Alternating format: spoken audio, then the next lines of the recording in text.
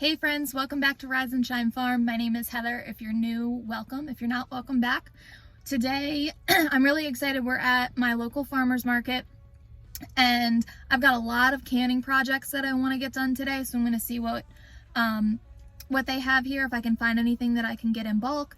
I also have a couple odds and ends that I want to pick up for dinner this week, and I figured I would take you guys along with me. So come along and let's see what we can find at the farmer's market today. Hey guys, so we just got back from the farmer's market and we were able to snag some really awesome goodies. You can see back here we have 2 bags of apples and 2 bags of peaches. I wanted to get some canning tomatoes, but the farmer that I usually buy my tomatoes off of in bulk didn't have any today. So he actually gave me, I have his phone number, so I'll be calling him later on this week to see if he has anything that I could pick up from him. So the plan today is we are going to be processing some of these apples and some of the peaches. I want to make some applesauce. I'm going to try and make some apple juice. I don't know how well that's going to work, but we're going to try. I don't really have a plan for the peaches right now. I know that I want to freeze some because we've been using them in smoothies and I really enjoy them in my smoothies. So we're gonna be doing that, and then we're also going to be canning up some green beans that we grew. So I'm going to be canning up some of those to put up in our pantry for the winter, and I'm really excited. So I hope you guys stick around and see what I'm doing today in the kitchen.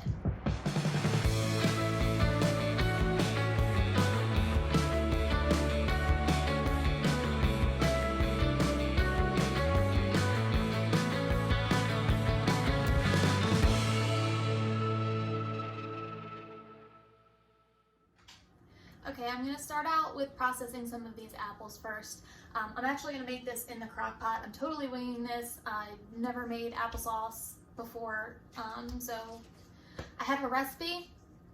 So I figured if I could get them cooking in the crock pot first, I can do other things while those are cooking and get other things working for me in the kitchen. So I have my crock pot here. I have my 2 bags of apples. I have a scrap bowl that I'm going to put all of my cores and peels, all that stuff in there, and then just my cutting board. So we're going to start by peeling these apples, getting them in here, and then it's just putting some water on top of them and letting them cook.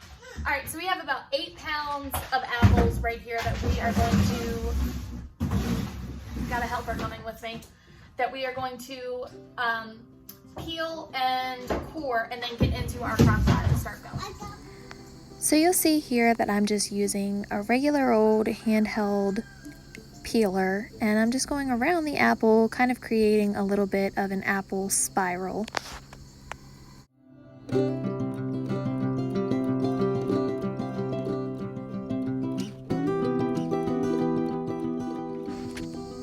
Then all I'm going to do is cut my apple in half and then cut it into thirds right around the core. This is just what I found is the easiest for me to core the apple. It really saves some time for me, and I think that this was just something that worked best for me.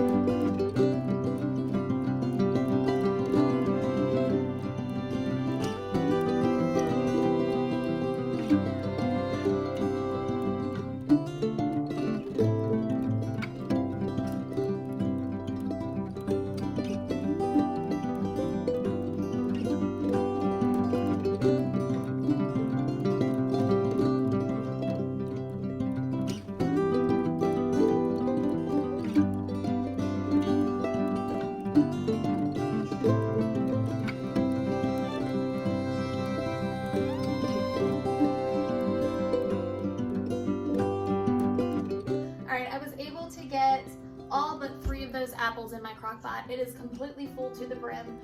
So I added a cup of water and about a 1/4 cup of lemon juice just to help preserve some of the coloring of the apples so they don't get brown on me.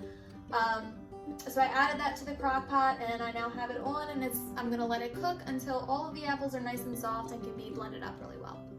Now I'm gonna start processing just some apple slices that I'm gonna preserve in like a batch of like canning syrup.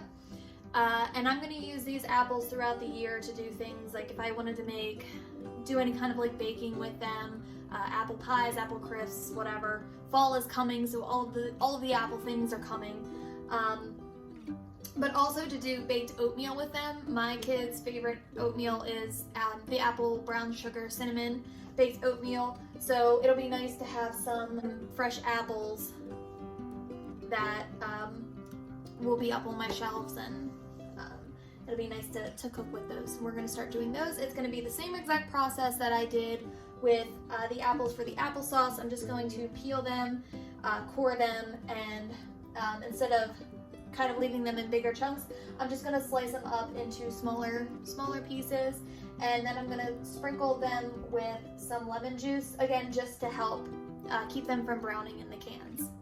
I'm actually kind of curious, guys, what are some of your favorite things to preserve up? What are some of your favorite things to make with either things that you're getting out of your garden or things that you're buying from your local grocery store or your local farmer or farmer's market, whatever the case may be? What are some of the things that you like to make? I'm always looking for new ideas and different ways and things to just be creative, and so I'm not eating the same thing or making the same things all the time.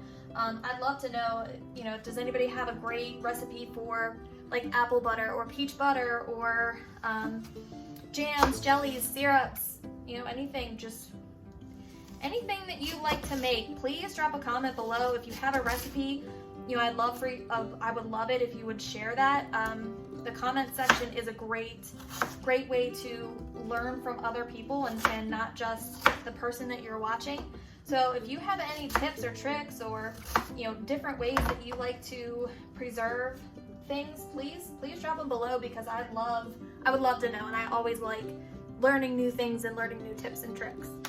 Also, as I'm sitting here peeling all of these apples by hand, sitting here thinking to myself, like, wow, this would have been so much easier if I had a like one of those handheld vegetable peelers that you like crank the side of it and it peels the apple and cores it for you, or spiralizes it for you. So that's something else I might look into. And I guess that's something else, if there's anything that you guys think are tools that you use that you're like, I could absolutely not make it through preserving season without this. That's one thing that I am absolutely fascinated by, is like all of the different tools that they've come out with even in recent years, and even just tools from the past. I actually saw on Instagram a woman that I follow on Instagram. She has her own dairy cow and she makes her own butter. Well, she put out this video of her using it's a butter table, and I've never heard of one. It's from like Pioneer. I don't even know if it's necessarily that old, but it's an old table that they used back in the day, and it has this crank on the side that she cranks it, and it makes this roller like go over top of her butter to press out all of the buttermilk. And I was sitting there thinking to myself, like, how is it that it is 2022 at the time of this recording, and I'm just now hearing about this tool? Like, that just would make a homesteader's life so much easier. Where are these tables, and why are they not still in production? Because that is just an ingenious idea, and I don't know how people who have dairy cows do without that tool, because if I had a dairy cow, that would be the first thing that I'd want to purchase, is that table, because that would just make pushing out the buttermilk from your butter so much easier, I think. So if you guys have any, like I said, if you guys have any tools that you use during preserving season, drop those below too, because I love looking at new things and learning about new tools that just make the harvesting and the preserving easier on everybody. So drop those below too. All right, we got all of our apples peeled and sliced up. So now we're gonna make our simple syrup, and it is going to be 5 3/4 cups of water and some sugar. 1.5 cups of sugar to be precise, to make about 6 cups of an extra light simple syrup.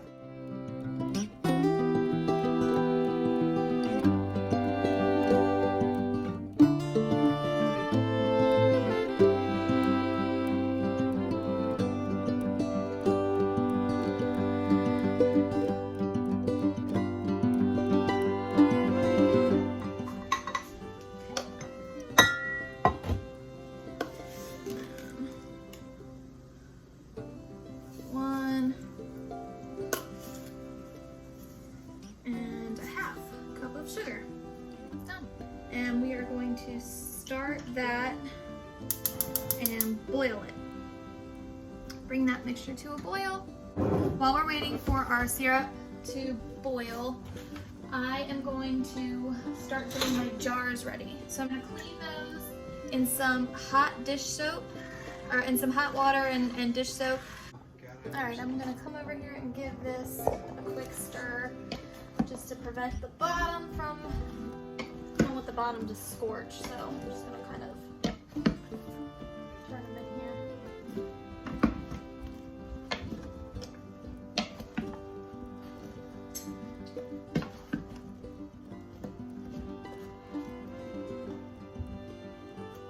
They're starting to get a little soft. Okay, crock pot might work.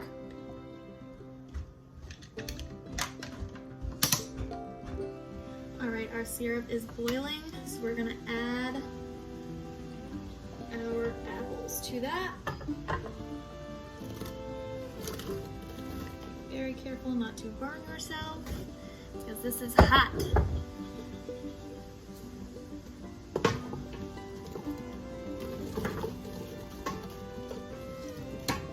Ooh, I'm not gonna fit. Okay.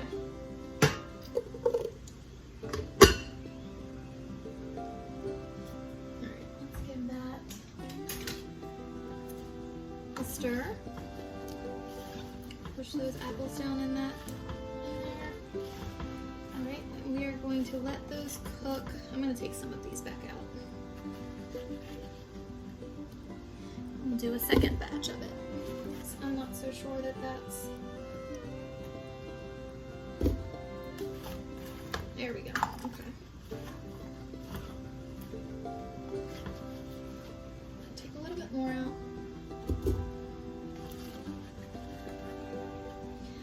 Really, when I was reading this recipe, I didn't think this was going to be enough syrup for what I needed, but live and learn, right? Just another scoop or two out.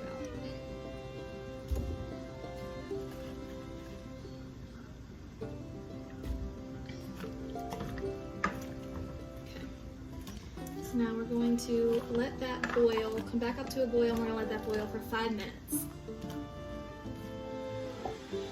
While we're waiting for our apples to boil, this is how I kind of keep my jars hot and clean. I'll just actually stick them in the water bath canner while the water is obviously really hot. That steam helps just disinfect them a little bit more, as well as keeping the jars nice and hot, which is what you want when you're doing a hot pack method or any kind of canning in general. Okay, up first are those apple slices that we're going to can.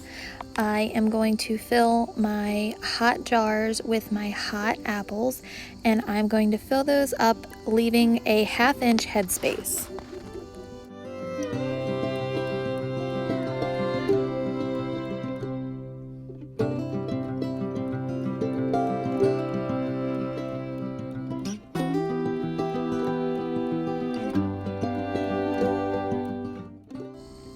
The next thing that I'm going to do is take that hot liquid that our apples were cooking in, and I'm going to bring that over and ladle that into my jars, again leaving a 1/2 inch headspace. Then I'm going to take that same measuring tool and I'm going to flip it around, and I'm going to use it to get out any air bubbles that may be in the jar. After that, I'm going to remeasure and fill it back up with any liquid that may be needed to get it to that 1/2 inch headspace. Then I'm going to take a clean paper towel, just wipe the rim of the jar off just to get off any food or sticky residue that might be on there. I'm going to put my canning ring on to fingertip tight, and then I'm going to put it in my water bath canner. Then I'll just repeat this process until all of my jars are filled and ready to go.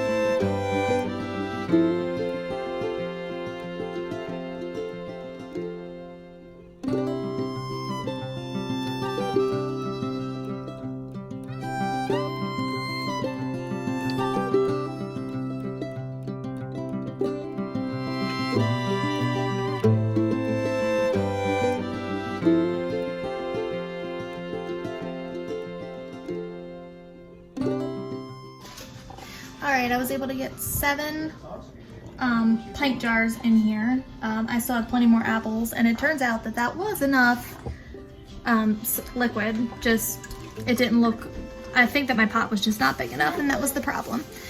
So we are going to lower these into our water bath canner and process them for 20 minutes.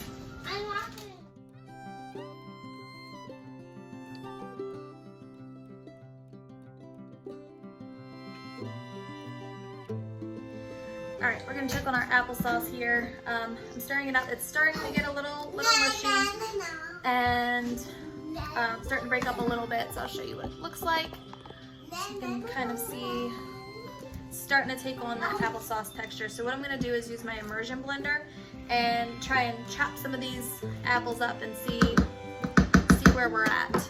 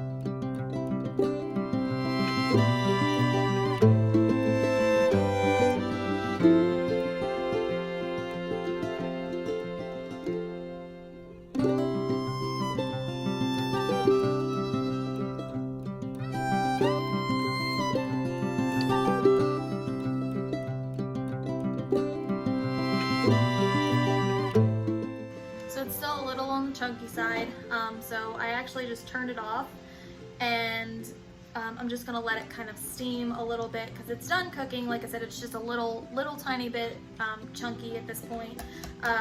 So I'm gonna let this cool off for a couple minutes, and then I'll come back and blend up the rest of it.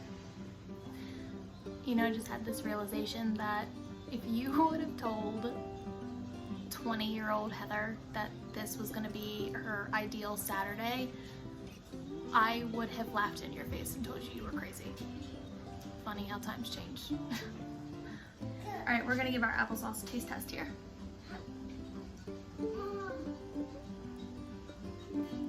Okay, so it's really sweet. It has a really good apple flavor. And I don't think that I need to add any sugar to it. I might add a little bit, but That's really good. All right, let's get our applesauce into our jars.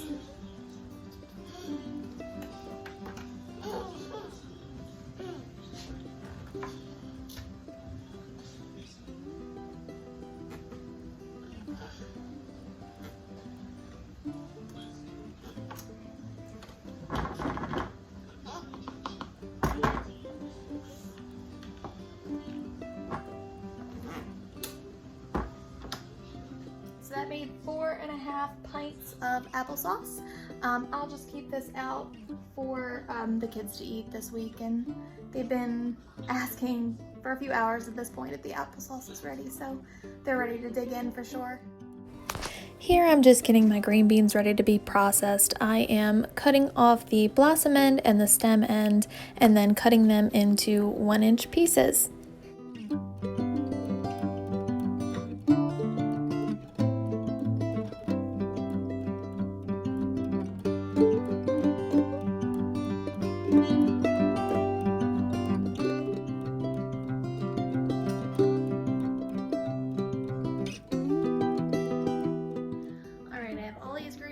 And now I'm going to pressure can these.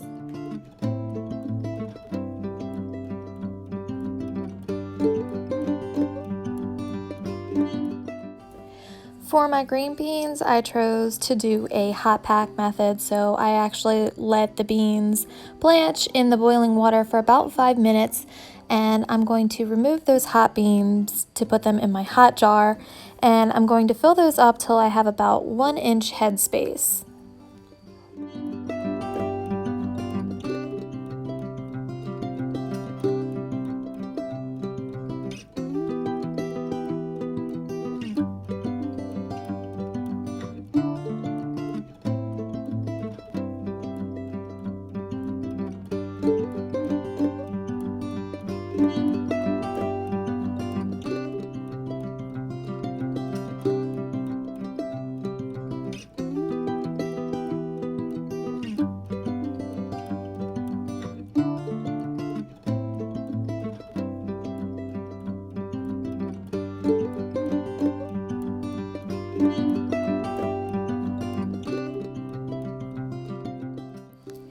After I have my jars filled, I'm going to ladle that hot cooking water over top of my beans, leaving 1-inch head space.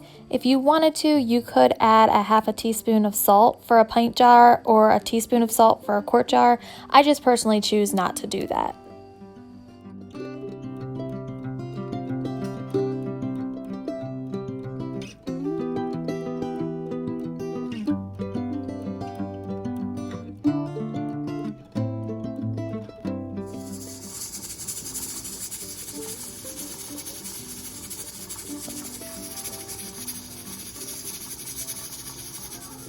Okay guys, my timer just went off for my green beans, so I'm letting that come down to pressure.